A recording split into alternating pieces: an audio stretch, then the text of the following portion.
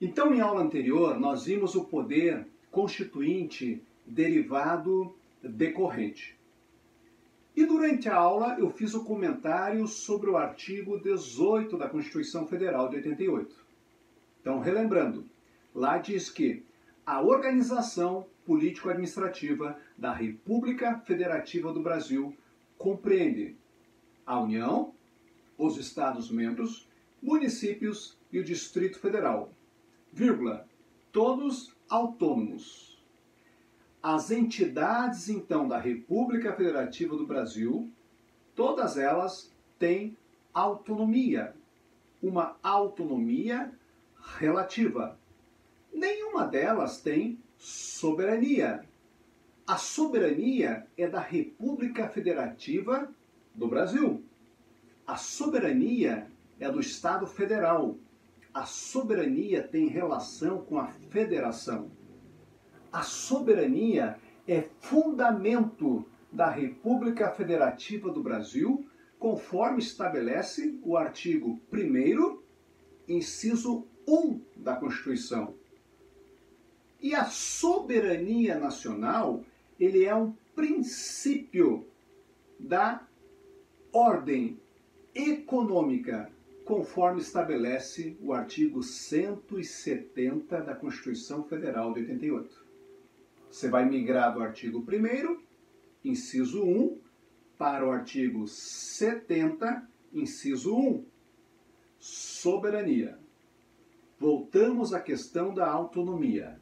A autonomia, então, tem previsão no artigo 18 e ela se aplica à União, aos Estados-membros, ao Distrito Federal e aos municípios. Essa autonomia se divide em autonomia política, autonomia administrativa e autonomia financeira. Para efeito de prova de concurso e exame de ordem, tem se cobrado muito a autonomia política. Então vamos frisar, sublinhar a autonomia política. É uma capacidade que as entidades federativas têm de se auto-organizar, auto-legislar, auto-governar-se e auto-administrar-se. Então, auto-organização, auto-legislação, auto-governo, auto-administração. Vamos falar um pouquinho de cada uma delas. Digamos que numa prova de concurso ou exame de ordem se pergunte sobre auto-organização. Você vai lembrar que isso vem da autonomia política, que vem do artigo 18 da Constituição. Auto-organização significa que os Estados-membros podem se auto-organizar por meio de suas constituições estaduais.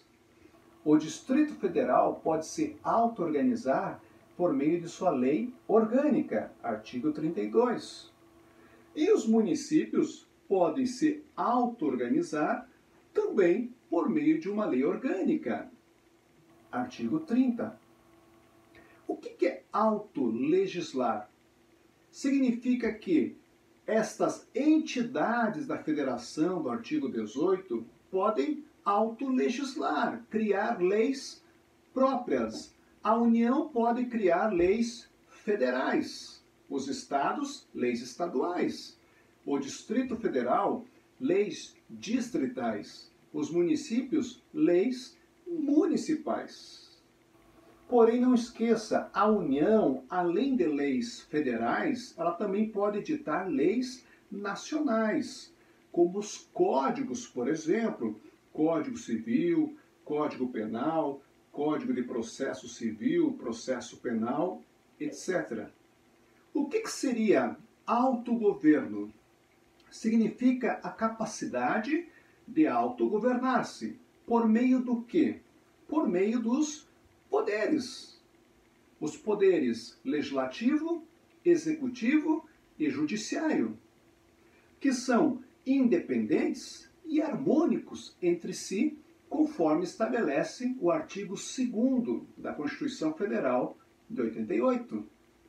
Lá diz que os poderes da União, você vai ler os poderes da República Federativa do Brasil, são independentes e harmônicos entre si. Essa independência se deve ao sistema de governo presidencialista. E essa independência sugere uma separação de poderes.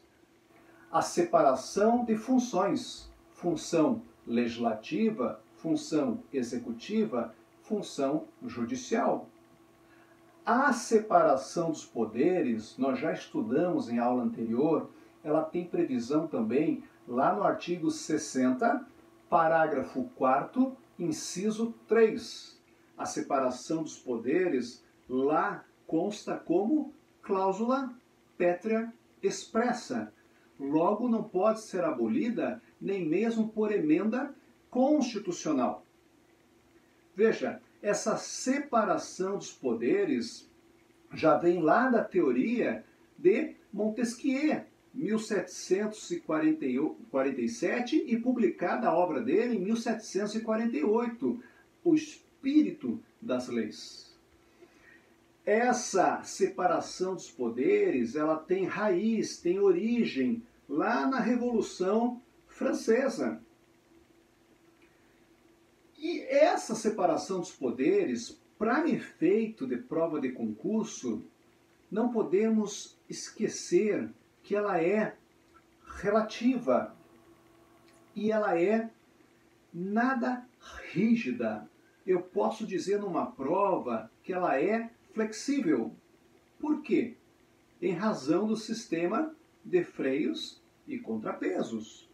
Se um poder pode frear o outro, essa separação dos poderes, embora seja uma cláusula pétrea expressa, ela é flexível. Então, lembrar desse sistema de freios e contrapesos que a doutrina sempre cita. Toda e qualquer doutrina lembra desse sistema. Por último, eu falei que a União, os estados, os municípios, o Distrito Federal podem se auto-administrar conforme as leis. A administração pública só pode agir se houver uma lei prévia que autorize a sua conduta. Somente se houver uma lei que autorize a sua atuação. Então, pode se auto-administrar conforme o comando legal. Princípio da legalidade administrativa que tem previsão no artigo 37 da Constituição Federal de 88. Lá entre os princípios básicos da administração pública. Então é isso, até a próxima aula.